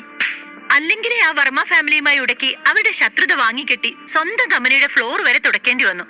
എല്ലാ ബിസിനസ്സും എഴുതി കൊടുക്കേണ്ടി വന്നു. അതൊക്കെ ഒന്ന് മനഃപൂർവ്വം മറക്കാൻ ശ്രമിക്കുമ്പോഴാ അവന്റെ ഒരു മോഷണം. ഓ, നാണക്കേട് കൊണ്ട് പുറത്തിറങ്ങാൻ കഴിയുമോ ഇനി? മാധവൻ ദേഷ്യത്തോടെ പറഞ്ഞുകൊണ്ട് വീണ്ടും അവന്റെ കരണത്തടിച്ചു. നീ കാരണം എന്തൊക്കെ പ്രശ്നങ്ങളാ ഉണ്ടായത്? കുടുംബം മുഴുവൻ ഭിക്ഷ എടുത്ത് ഭക്ഷണം കഴിക്കേണ്ട സ്ഥിതിയാക്കിയപ്പോ സമാധാനമായല്ലോ നിനക്ക്? മാധവൻ വീണ്ടും മകനെ കലി തീരാതെ അടിച്ചു. അയ്യോ മാധവേട്ട, മതി, നിർത്ത്. നമ്മുടെ മോനല്ലേ അവൻ. എന്തിനാ അവനെ ഇങ്ങനെ തല്ലുന്നത്? മാധവന്റെ ഭാര്യ സീമന്തിനി അയാളെ പിടിച്ചു വലിച്ചുകൊണ്ട് പറഞ്ഞു. നിർത്തടി, നീ ഒരുത്തി കാരണമാ ഇവൻ ഇത്രയും വഷളായത്. ചെറുപ്പം മുതൽ അവന്റെ ഇഷ്ടത്തിനെല്ലാം കൂട്ടുനിന്ന് തെറ്റുകളൊന്നും തിരുത്താതെ നീ അവനെ കൊഞ്ചിച്ച് വളർത്തി. അതുകൊണ്ടാ ഇവൻ ഇങ്ങനെ ആയത്. നന്നാവില്ല, ഇവൻ ഒരിക്കലും നന്നാവില്ല. മാധവൻ അവരോട് ദേഷ്യത്തിൽ അലറി. സീമന്തിനി ഗൗതമനെ ചേർത്ത് പിടിച്ച് ആശ്വസിപ്പിച്ചു. ഇവനത് ചെയ്തു എന്ന് മാത്രമല്ല, അതിനെപ്പറ്റി സംസാരിക്കുമ്പോൾ മുന്നിലുള്ളവൻ അത് റെക്കോർഡ് ചെയ്യുന്നുണ്ടെന്ന് പോലും ശ്രദ്ധിച്ചില്ല. ഈ വീഡിയോയും എടുത്തുകൊണ്ട് അവൾ കേസിന് പോയാൽ അഴി എണ്ണേണ്ടി വരും നിന്റെ പുന്നാര മോൻ. മാധവൻ ദേഷ്യത്തിലും സങ്കടത്തിലും പറഞ്ഞു. ഇങ്ങനെയൊക്കെ സംഭവിക്കുമെന്ന് ഞാൻ എപ്പോഴെങ്കിലും പ്രതീക്ഷിച്ചു വച്ചാ? ഞാൻ ആ മൈക്കിളിനെ കണ്ണടച്ച് വിശ്വസിച്ചു പോയി. അയാൾ ഇങ്ങനെ വിശ്വാസവഞ്ചന കാണിക്കുമെന്ന് ഞാൻ കരുതിയില്ല. ഗൗതം തലകുനിച്ചുകൊണ്ട് പറഞ്ഞു. നിനക്ക് ബുദ്ധിയില്ലടാ. നിന്റെ സ്റ്റാറ്റസ് എന്താണെന്ന് അറിയില്ലേ നിനക്ക്? നീ നേരിട്ട് പോയി കണ്ട തെരുവ് കൊണ്ടകളെയൊക്കെ കണ്ടത് ശരിയാണെന്ന് നിനക്ക് തോന്നുന്നുണ്ടോ? അല്ലെങ്കിൽ എങ്ങനെയാടാ അയാളെ പോലെ ഒരു ക്രിമിനലിനെ വിശ്വസിച്ചത്? പണം കൂടുതൽ കിട്ടുന്നിടത്തേക്ക് അവർ മാറുമെന്ന് എന്തുകൊണ്ട് നീ ചിന്തിച്ചില്ല? എപ്പോഴും പറയാറില്ലേ ഞാൻ, എന്ത് ചെയ്യുമ്പോഴും 100 തവണ ചിന്തിക്കണമെന്ന്? മാധവൻ അരിശത്തോടെ പറഞ്ഞു. അച്ഛാ, ഇതൊന്നും വലിയ കാര്യമല്ല. ഇന്നത്തെ വാർത്ത കണ്ടില്ലേ? പ്രയാഗ ആ മാല എക്സിബിഷനിൽ വെച്ച് ലേലത്തിലൂടെ വിൽക്കുകയും ചെയ്തു. ഇന്നവൾ സെലിബ്രിറ്റിയായി. ആ മാല കൊണ്ടുവന്നതിന്റെ ഉദ്ദേശം എന്താണോ അത് അവൾ സാധിച്ചു. അവൾക്ക് എന്തേലും പറയാനോ ചെയ്യാനോ ഉണ്ടായിരുന്നെങ്കിൽ അവൾ അത് ഇതിനോടകം തന്നെ ചെയ്യുമായിരുന്നു. പക്ഷെ അവൾ അതിന് ശ്രമിച്ചില്ല. ഇനി എന്തെങ്കിലും ചെയ്യാൻ പോയാൽ അവളുടെ കണക്ക് ഞാൻ തീർത്തു കൊടുത്തേക്കാം, ഗൗതം അഹങ്കാരത്തോടെ പറഞ്ഞു. മകന്റെ വിവരമില്ലായ്മ കാണുമ്പോൾ മാധവന് വീണ്ടും വല്ലാത്ത ദേഷ്യം വന്നു. ശരിക്കും നീ മന്ദബുദ്ധിയാണോ അതോ അങ്ങനെ അഭിനയിക്കുന്നതാണോ? എന്തിനാടാ ഇങ്ങനത്തെ മണ്ടത്തരങ്ങൾ വിളിച്ചു പറയുന്നേ? ഇപ്പൊ ചെറിയതാണെങ്കിലും ഒരു സ്ഥാനം ശ്രാവണ ഗ്രൂപ്പിൽ എനിക്കുണ്ട്. നീ ആയിട്ട് അതുകൂടി ഇല്ലാതാക്കുമോ? 10 ലക്ഷം രൂപ വില വരുന്ന ആ ആഭരണം തട്ടിയെടുക്കാൻ നീ ആളെ വിട്ടു എന്നെങ്ങാനും ആനന്ദോ ബോർഡ് മെമ്പേഴ്സോ അറിഞ്ഞാലുള്ള അവസ്ഥ അറിയോ നിനക്ക്? അവൻ നിന്നെ വെറുതെ വിടുവോ? അപ്പോഴാ അവന് അവളെ കൊല്ലാൻ പോകുന്നത്. മാധവൻ പല്ല് കടിച്ചുകൊണ്ട് പറഞ്ഞു. ഇതെല്ലാം ചെയ്യുന്നത് നീയാണെന്നെങ്ങാനും ആനന്ദ് അറിഞ്ഞാൽ ഉറപ്പായും അവൻ എല്ലാവരുടെയും മുന്നിൽ വെച്ച് അവളുടെ കാല് പിടിപ്പിക്കും നിന്നെ കൊണ്ട്. പാലക്കൽ വീടിന്റെ അഭിമാനം തകരും. ഓ, എന്ത് വന്നാലും എനിക്ക് നിന്നെ സംരക്ഷിച്ചല്ലേ പറ്റൂ. മോനായി പോയില്ലേ.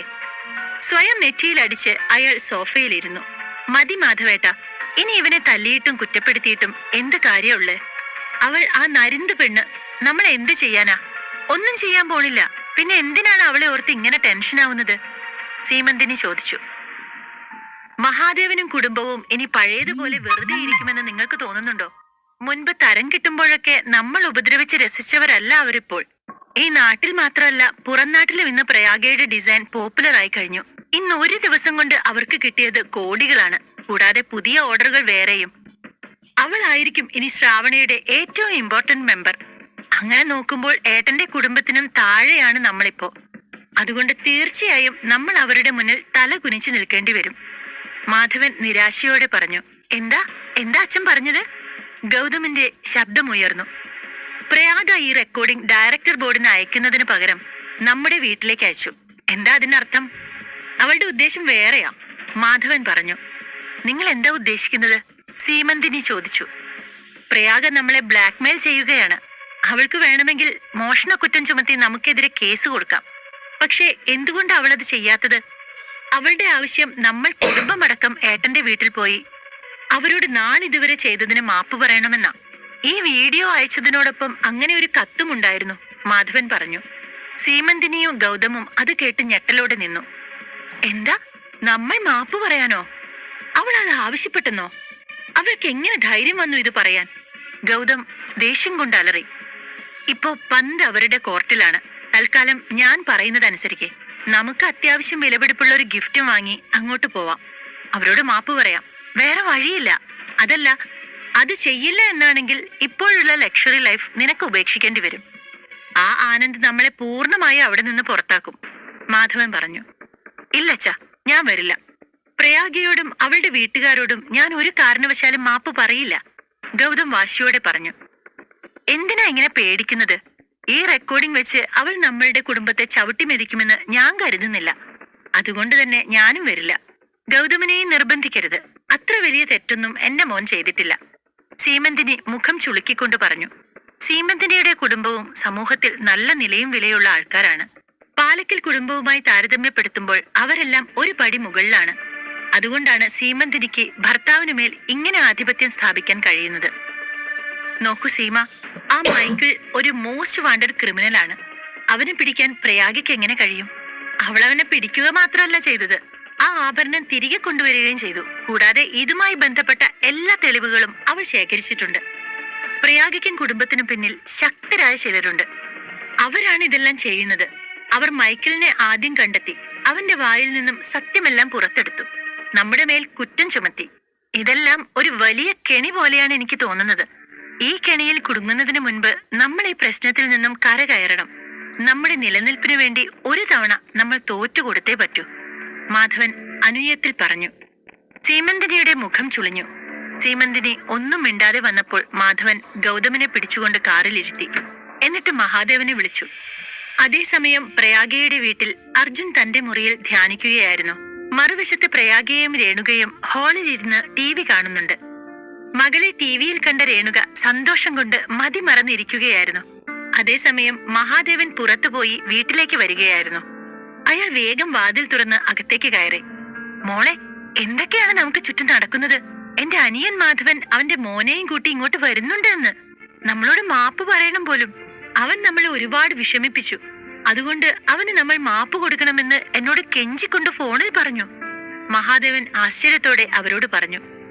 എന്താ പറഞ്ഞേ? മാധവൻ അവരുടെ മോനെയും കൂട്ടി മാപ്പ് പറയാൻ ഇവിടെ വരുന്നെന്നോ? ഇതിലെന്തോ കുഴപ്പമുണ്ട്, രേണുക പറഞ്ഞു. പക്ഷെ ഇത് കേട്ട് ഞെട്ടി നിൽക്കുകയാണ് പ്രയാഗ. കാരണം അർജുൻ ഇങ്ങനെ സംഭവിക്കുമെന്ന് നേരത്തെ പറഞ്ഞിരുന്നു. എങ്കിലും ആ കാര്യം നടക്കുമെന്ന് അവൾ കരുതിയിരുന്നില്ല. ആവോ, എനിക്കറിയില്ല. പക്ഷെ മാധവന്റെ ശബ്ദം കേട്ടപ്പോൾ അവൻ പറഞ്ഞത് സത്യം തന്നെയാണെന്ന് എനിക്ക് തോന്നി. ആ പഴയ വീറും വാശിയും ഒന്നുമില്ലായിരുന്നു, മഹാദേവൻ പറഞ്ഞു. മാധവന് ഇത്രയും വിശാല മനസ്കത ഉണ്ടാവുമെന്ന് ഞാൻ വിചാരിച്ചില്ല. രേണുക അത് പറഞ്ഞ് തിരിഞ്ഞുകൊണ്ട് പ്രയാഗയെ നോക്കി. പ്രയാഗ അന്നേരം എന്തോ ആലോചിച്ചു നിൽക്കുകയാണ്. എന്താ മോളെ, എന്താ നീ ആലോചിക്കുന്നേ? അവർ ചോദിച്ചു. പ്രയാഗ എല്ലാം അവരോട് പറയണോ വേണ്ടയോ എന്ന് ഒരു നിമിഷം ആലോചിച്ചു. ഞാൻ ഡിസൈൻ ചെയ്ത നമ്മുടെ ഡയമണ്ട് കിങ് കാണാതായതല്ല, ആരോ മോഷ്ടിച്ചതായിരുന്നില്ലേ? ആ സംഭവത്തിന് പിന്നിൽ ഗൗതമായിരുന്നു. അവനെന്ത് ചെയ്യിക്കുന്നതിന്റെ എല്ലാ തെളിവുകളും എന്റെ പക്കലുണ്ട്, അവൾ പറഞ്ഞു. എന്താ പറഞ്ഞ? ഗൗതമോ? അവനാണോ ഇങ്ങനെയൊക്കെ ചെയ്തത്? പരമദുഷ്ടൻ. നിന്നെ കമ്പനിയിൽ നിന്നും പുറത്താക്കാൻ വേണ്ടിയായിരിക്കും അവൻ ഇങ്ങനെയൊക്കെ ചെയ്തത്. പക്ഷെ നീ എങ്ങനെ കണ്ടെത്തി അവനാണ് ഇത് ചെയ്തതെന്ന്?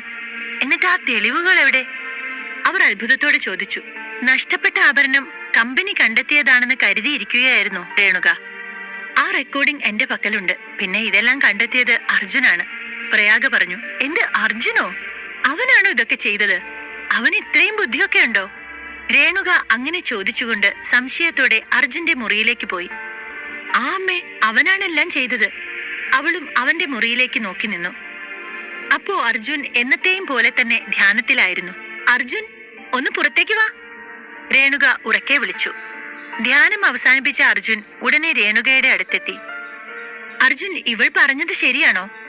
പ്രയാഗ ചെയ്ത ഡയമണ്ട് കിങ് കാണാതായപ്പോൾ കണ്ടെത്തി തിരിച്ചു കൊണ്ടുവന്നത് നീയാണോ? രേണുക സംശയത്തോടെ അവനെ അടിമുടി നോക്കി. ഞാനാ ചെയ്തത്, പക്ഷേ ഞാൻ ഒറ്റയ്ക്കായിരുന്നില്ല. എന്റെ ഒരു സുഹൃത്തു കൂടിയായ ഒരു പ്രൈവറ്റ് ഡിറ്റക്റ്റീവിനോട് ഞാൻ സഹായം ചോദിച്ചിരുന്നു. അവനാണ് അത് കണ്ടെത്തി എന്നെ ഏൽപ്പിച്ചത്, അവൻ പറഞ്ഞു. അമ്മേ, അർജുൻ ആ ഡിറ്റക്റ്റീവിന് വേണ്ടി ചിലവാക്കിയത് 1,00,000 രൂപയാണ്, പ്രയാഗ പറഞ്ഞു. ആ, ഇനി ഇവനും അവരുടെ കൂടെ ചേർന്ന് നമ്മളെയും നിന്നെയും ചതിക്കും. അതാ ഉണ്ടാകാൻ പോകുന്നത്, രേണുക ഒരു പുച്ഛത്തോടെ പറഞ്ഞു. അധ്യായം 19. മോളെ, നീ ഇവനെ വിശ്വസിക്കണ്ട. ഇവൻ ചെയ്യാൻ പാടില്ലാത്ത എന്തൊക്കെയോ കാര്യങ്ങൾ ചെയ്യുന്നുണ്ടെന്നാ എനിക്ക് തോന്നുന്നേ. നീ അതിനൊന്നും കൂട്ടു നിൽക്കണ്ട. അവസാനം അവന്റെ കൂടെ നീയും ജയിലിൽ പോകേണ്ടി വരും. അതുകൊണ്ട് ഇനിയെങ്കിലും ഞാൻ പറയുന്നത് കേട്ട് ഇവനെ ഡിവോഴ്സ് ചെയ്യേ, രേണുക പറഞ്ഞു. അവരിതൊക്കെ പറയുമ്പോഴും അർജുൻ യാതൊന്നും പ്രതികരിക്കാതെ നിൽക്കുകയായിരുന്നു. പെട്ടെന്ന് വിഷയം മാറ്റാൻ എന്ന പോലെ പ്രയാഗ കയ്യിലിരുന്ന പെൻഡ്രൈവ് ലാപ്ടോപ്പിൽ കണക്ട് ചെയ്തു. അതിലെ ഗൗതമിന്റെ സംസാരവും മറ്റും കാണവേ മഹാദേവന്റെയും രേണുകയുടെയും മുഖം ദേഷ്യം കൊണ്ട് ചുമന്നു. ഈ ഗൗതം ഇത്ര ക്രൂരനായിരുന്നോ? അതിനു മാത്രം നമ്മൾ എന്ത് ദ്രോഹമാ അവർക്കെതിരെ ചെയ്തത്? അവന് ശരിക്കും മനസാക്ഷിയില്ലേ? സ്വന്തം ബന്ധുക്കൾക്കെതിരെ ഇങ്ങനെയൊക്കെ ചെയ്യാൻ പറ്റുമോ ആർക്കെങ്കിലും? രേണുക ദേഷ്യം കൊണ്ട് വിറച്ചു. ഗൗതം ഇത്രയും ദുഷ്ടനായിരുന്നോ? മാധവന്റെ പേരിനും പ്രശസ്തിക്കും ഇതുകൊണ്ട് കോട്ടം തട്ടാതിരിക്കാൻ ഇനി നമ്മളെ അപകടപ്പെടുത്തുക എങ്ങാനും ചെയ്യോ? മഹാദേവൻ ചോദിച്ചു. അല്ല, മാധവനല്ലേ നിങ്ങളെ വിളിച്ചത്? അപ്പോ അയാൾ ഇതെങ്ങനെ അറിഞ്ഞു? രേണുകാദേവി പറഞ്ഞു. ഇതിന്റെ കോപ്പി അർജുൻ അവർക്കും അയച്ചു കൊടുത്തിരുന്നു, പ്രയാഗ പറഞ്ഞു. അത് ശരി, ഇത്രയും വലിയ കാര്യം ഞങ്ങളോട് ഡിസ്കസ് ചെയ്യാതെ അവരെങ്ങനെ ചെയ്തു? എന്തൊക്കെയായാലും ഇതുപോലെ സ്വന്തം തീരുമാനങ്ങൾ എടുക്കാൻ അവൻ ആരാ അധികാരം കൊടുത്തത്? ഇതിന്റെ പേരിൽ അവർ വന്ന് നമ്മളെ വീണ്ടും ഉപദ്രവിച്ചാൽ അതിന്റെ ഉത്തരവാദിത്വം ആരേറ്റെടുക്കും? രേണുക ദേഷ്യത്തോടെ ചോദിച്ചു. അമ്മേ, അർജുൻ ഗൗതമിന് തന്റെ തെറ്റ് മനസ്സിലാക്കി കൊടുക്കണമെന്ന് കരുതിയാ അങ്ങനെ ചെയ്തത്. അവൻ അച്ഛനെയും അർജുനെയും പല രീതിയിൽ ദ്രോഹിച്ചില്ലേ? ഈ ഒരു തവണയെങ്കിലും ഒരു തിരിച്ചടി കൊടുത്തതിൽ ഒരു കുഴപ്പമില്ല. അതുകൊണ്ടല്ലേ ഇപ്പോൾ അവർ മാപ്പ് പറയാൻ വരുന്നത്, പ്രയാഗ അർജുനെ സപ്പോർട്ട് ചെയ്തുകൊണ്ട് പറഞ്ഞു. ഓ, നീ ഒന്ന് നിർത്തുന്നുണ്ടോ പ്രയാഗ? ഇവനെന്താ ദൈവമാണെന്നാണോ നീ വിചാരിച്ചേക്കുന്നത്? ഇവൻ സാധാരണക്കാരനാണ്, വെറും സാധാരണക്കാരൻ. ഇവനാണോ ഈ കാര്യങ്ങളൊക്കെ പ്ലാൻ ചെയ്യുന്നത്? ഇവൻ നമ്മുടെ കുടുംബപ്പേര് ഉപയോഗിച്ച് ഗൗതമിന്റെയും അവന്റെ കുടുംബത്തിന്റെയും കയ്യിൽ നിന്ന് കാശ് വാങ്ങാൻ വേണ്ടി പദ്ധതി ഇട്ടിരിക്കുകയാണ്. നമുക്ക് എന്ത് സംഭവിച്ചാലും അവനെ ഇതൊന്നും ബാധിക്കില്ലല്ലോ, രേണുക പറഞ്ഞു. അവരുടെ വാക്കുകൾ കേട്ട് അർജുന് ദേഷ്യം വന്നു. പക്ഷേ അത് ഉള്ളിലൊതുക്കി അവൻ അവരുടെ നേരെ തിരിഞ്ഞു. ഞാൻ ഇതുവരെ ഗൗതമിനോടോ അവന്റെ കുടുംബത്തോടോ സംസാരിച്ചിട്ടില്ല. അവരുമായി എനിക്ക് യാതൊരു കോണ്ടാക്റ്റും ഇല്ല. പിന്നെ അവരെന്തെങ്കിലും തരത്തിൽ ഉപദ്രവിക്കുമെന്ന് പേടിയാണെങ്കിൽ അവൻ ചെയ്തതിന്റെ റെക്കോർഡിങ്ങും ഇവിടെയുണ്ട്. അതുകൊണ്ട് അവരൊന്നും ചെയ്യില്ല, അർജുൻ അല്പം ശബ്ദം കനപ്പിച്ചുകൊണ്ട് പറഞ്ഞു. നിനക്ക് പിന്നെ എല്ലാത്തിനും ഒരു ന്യായം ഉണ്ടല്ലോ, രേണുക ദേഷ്യത്തോടെ പറഞ്ഞു. രേണു, മാധവന്റെയും ഫാമിലിയുടെയും ഫ്യൂച്ചർ തന്നെ ഇപ്പൊ നമ്മുടെ കയ്യിലാണ്. അതൊക്കെ ഓർത്ത് ഇനിയെങ്കിലും അർജുനെ കുറ്റപ്പെടുത്തുന്നതൊന്ന് നിർത്തൂ, മഹാദേവൻ അവരെ തടസ്സപ്പെടുത്തിക്കൊണ്ട് പറഞ്ഞു. 2 വർഷമായി ഇവിടുത്തെ ഉപ്പും ചോറും തിന്ന് കിടക്കുന്നവനല്ലേ? അതിന്റെ നന്ദിയാവും കാണിച്ചത്. എന്തായാലും സന്തോഷം. പിന്നെ പ്രയാഗ ചീഫ് ഡിസൈനർ ആവേണ്ടത് അവന്റെയും കൂടെ ആവശ്യമല്ലേ? എന്നാലല്ലേ അവൻ അസിസ്റ്റന്റ് ആകാനും അതുവഴി കാശുണ്ടാക്കാനും പറ്റൂ. ഒന്നും കാണാതെ അവൻ ഇതൊന്നും ചെയ്യില്ല, അതെനിക്കറിയാം. അർജുനെ ഒന്ന് നോക്കിക്കൊണ്ട് അവർ പറഞ്ഞു. ശരി, അതെന്തെങ്കിലും ആവട്ടെ. ഇപ്പോൾ മാധവൻ ഇങ്ങോട്ട് വരുന്നുണ്ട്, അതിനെക്കുറിച്ച് ആലോചിക്കേ. നമ്മൾ എന്താ ചെയ്യേണ്ടത്? മഹാദേവൻ ആശങ്കയോടെ പറഞ്ഞു. മാധവനും കുടുംബവും ഇപ്പോൾ പ്രശ്നത്തിലാണ് എന്ന് കരുതി അവരെ ഒന്നും ചെയ്യണ്ട. നമ്മൾ ഇപ്പോഴും അവരുടെ താഴെ തന്നെയാ. അതുകൊണ്ട് ശ്രദ്ധിച്ച് കൈകാര്യം ചെയ്യണം. ആ, അവരെന്തായാലും വരട്ടെ ഇങ്ങോട്ട്. രേണുക എന്തോ ചിന്തിച്ചതുപോലെ മുഖമുയർത്തി പറഞ്ഞു. കൃത്യം അതേ സമയം ഡോർബെൽ അടിച്ചു. മാധവനും കുടുംബവും എത്തിയെന്ന് തോന്നുന്നു. മഹാദേവൻ പറഞ്ഞതും എല്ലാവരും പരസ്പരം നോക്കി. അയാൾ ചെന്ന് വാതിൽ തുറന്നുകൊടുത്തു.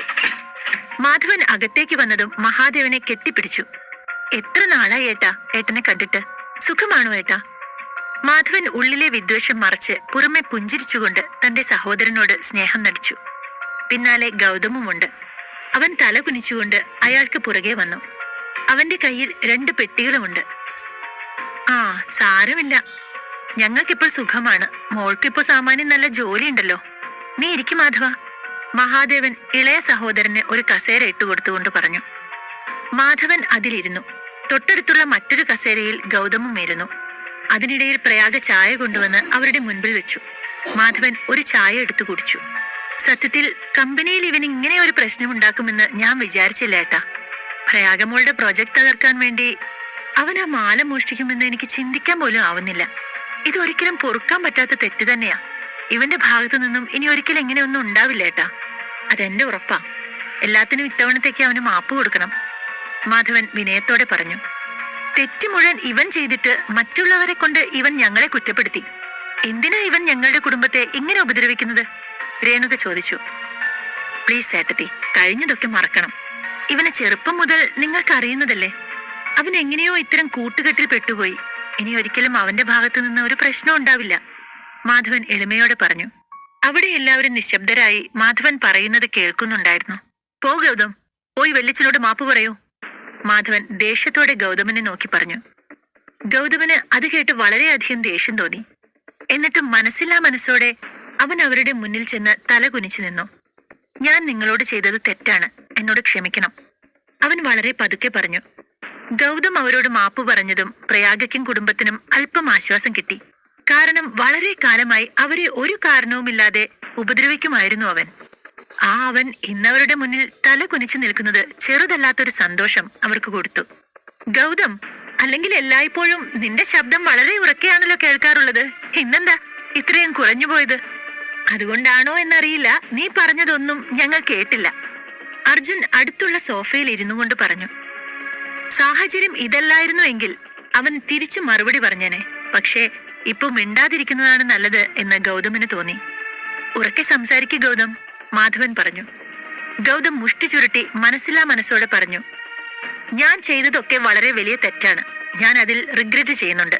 നിങ്ങൾ എല്ലാവരും എന്നോട് ക്ഷമിക്കണം, അവൻ പറഞ്ഞു. മഹാദേവനും രേണുകയും പ്രയാഗയും പരസ്പരം നോക്കിയെങ്കിലും ഒന്നും മിണ്ടിയില്ല. അതുകൊണ്ട് തന്നെ അവർ ക്ഷമിച്ചു എന്ന് മാധവൻ ധരിച്ചു. അയാൾ ഒന്ന് പുഞ്ചിരിച്ചുകൊണ്ട് മഹാദേവന്റെ കയ്യിൽ പിടിച്ചു. ഏട്ടാ, ഞാൻ പറഞ്ഞത് സത്യം തന്നെയാണ്. അവൻ ആരുടെയൊക്കെയോ കൂട്ടുകെട്ടിൽ അകപ്പെട്ട് ഇങ്ങനെയൊക്കെ ചെയ്തു പോയതാണ്. ഇനി ഒരിക്കലും അവനിൽ നിന്ന് ഇങ്ങനെയൊന്നും ഉണ്ടാവില്ല. ഇത് ആരൊക്കെയോ ചേർന്ന് അവനെ കൊണ്ട് ചെയ്യിപ്പിച്ചതാ. അതാ ഇത്രയും വലിയ മണ്ടത്തരം ചെയ്തത്. മുൻപൊന്നും ഇവൻ ഇങ്ങനെ ആയിരുന്നില്ല. ഇനിയെല്ലാം പഴയതുപോലെ ആക്കണം. പിന്നെ ഞാൻ ഏട്ടനെയും കുടുംബത്തെയും കാണാൻ വന്നിട്ട് ഒരുപാട് കാലമായില്ലേ. അതുകൊണ്ടാ ഞാൻ ഈ സമ്മാനങ്ങൾ ഏട്ടന് വേണ്ടി കൊണ്ടുവന്നത്. മാധവൻ പെട്ടി തുറന്നു. ആ പെട്ടിയിൽ 2 ദൈവ വിഗ്രഹങ്ങൾ ഉണ്ടായിരുന്നു. അത് വെള്ളി കൊണ്ടുണ്ടാക്കിയതിനാൽ അവ വളരെ കോസ്റ്റ്ലി ആണെന്ന് അവർക്ക് മനസ്സിലായി. നീ ഇന്ന് ഞങ്ങളുടെ വീട്ടിൽ അതിഥിയായിട്ടാണ് വന്നത്. അതിനെന്തിനാ ഇങ്ങനൊരു സമ്മാനമൊക്കെ കൊണ്ടുവന്നത്? മഹാദേവൻ ചോദിച്ചു. അയ്യോ, അങ്ങനെ പറയരുതേട്ടാ. ഞാനിത് സ്നേഹത്തോടെ നിങ്ങൾക്കായി കൊണ്ടുവന്നതല്ലേ. ഈ സമ്മാനം നിങ്ങൾ സ്വീകരിച്ചില്ലെങ്കിൽ നിങ്ങൾ ഞങ്ങളോട് ക്ഷമിച്ചില്ലെന്ന് ഞങ്ങൾ കരുതും. അതുകൊണ്ട് ദയവ് ചെയ്ത് എടുക്കേട്ടാ, മാധവൻ പറഞ്ഞു. മഹാദേവൻ ഭാര്യയെ നോക്കി. എന്താണ് പറയേണ്ടതെന്ന് രേണുകയ്ക്കും മനസ്സിലായില്ല. മകന്റെ തെറ്റുകൾ മറയ്ക്കാനാണോ നിങ്ങൾ ഈ സമ്മാനങ്ങൾ കൊണ്ടുവന്നത്? എന്നാൽ ഇപ്പോൾ പ്രയാഗ ശ്രാവണ ജ്വല്ലറി ഗ്രൂപ്പ്സിന്റെ ചീഫ് ഡിസൈനറാണ്. അത് മാത്രമല്ല ഒരു സെലിബ്രിറ്റിയും കൂടിയാണ്.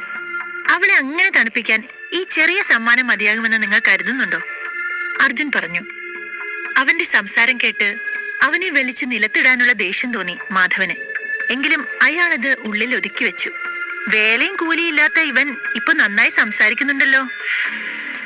പ്രയാഗയ്ക്ക് ചീഫ് ഡിസൈനറായി പ്രൊമോഷൻ ലഭിച്ചതിന് അവളുടെ ചെറിയച്ഛൻ എന്ന നിലയിൽ ഞാൻ അവൾക്ക് നൽകുന്ന ഒരു ചെറിയ സമ്മാനം മാത്രമാണിത്. മാധവൻ ദേഷ്യം കടിച്ചമർത്തി ചിരിച്ചുകൊണ്ട് പറഞ്ഞു. പ്രയാഗ നിസ്സംഗതയോടെ അച്ഛനെ നോക്കി. ആ സമയം മാധവൻ തന്റെ അടുത്തിരുന്ന സ്യൂട്ട് കേസ് എടുത്ത് എതിർവശത്തുള്ള ടേബിളിൽ വെച്ചു. അയാൾ എല്ലാവരെയും നോക്കി അത് തുറന്നു. ഇതിൽ 1,00,000 രൂപയുണ്ട്. മോളെ പ്രയാഗെ, ഗൗതം നിന്റെ ഏട്ടനാണ്. നിങ്ങൾ എന്നും ഒരുമിച്ച് നിൽക്കേണ്ടവരല്ലേ?